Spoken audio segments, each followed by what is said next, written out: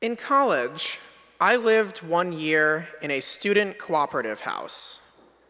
The 50 of us took care of all of our own needs, buying groceries, cooking meals, cleaning the kitchen and bathrooms.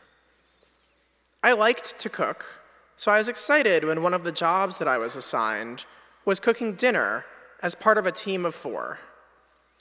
Going in, I was mostly excited about the food aspect. I could ensure that at least the one dinner of the week that I was involved in would have good vegetarian food. I was also excited to use our industrial kitchen. Much like the big kitchen here at UUSF, it featured 10 burners, 2 large ovens, 4 sinks, and a stand mixer big enough to knead at least 4 loaves of bread at once. My ego also liked the idea of planning the menu, making a particularly delicious meal, and having all of my housemates praise how well dinner came out. What I hadn't expected was the social aspect. It turns out that spending 3 hours a week with the same people all quarter means you get to know them pretty well. If I'm chopping onions for half an hour because we've scaled up a recipe tenfold, it's easy to chat while you do that, though that probably contributed to the number of times that I cut myself.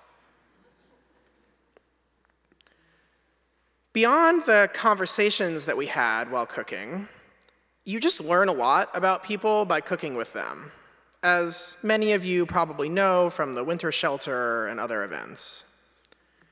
We did our best to have fun and stay relaxed, but when it comes down to it, cooking for 50 people is pretty intense. If you run late, your hungry house gets antsy. And if you do a bad job, your housemates grudgingly smile through a meal that you know is not good. I learned that one of my housemates gets very snippy when they're stressed that their meal isn't turning out as they planned. Another needed to be told exactly what to do. They weren't a proactive member of the team. But for the most part, the challenges brought out the best in us. If a dish was burned or over-seasoned or running late, we would problem solve together and find creative ways to put out a pretty good meal. Our cultural backgrounds showed up too.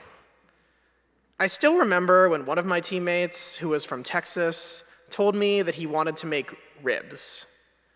He was excited enough that he was willing to start cooking a whole hour early on his own since they needed to roast low and slow.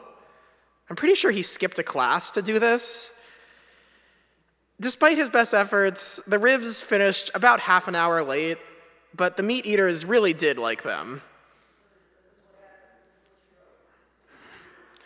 Many of the best meals were when people cooked food that they grew up eating, which included curry, enchiladas, dumplings, pho, and grits.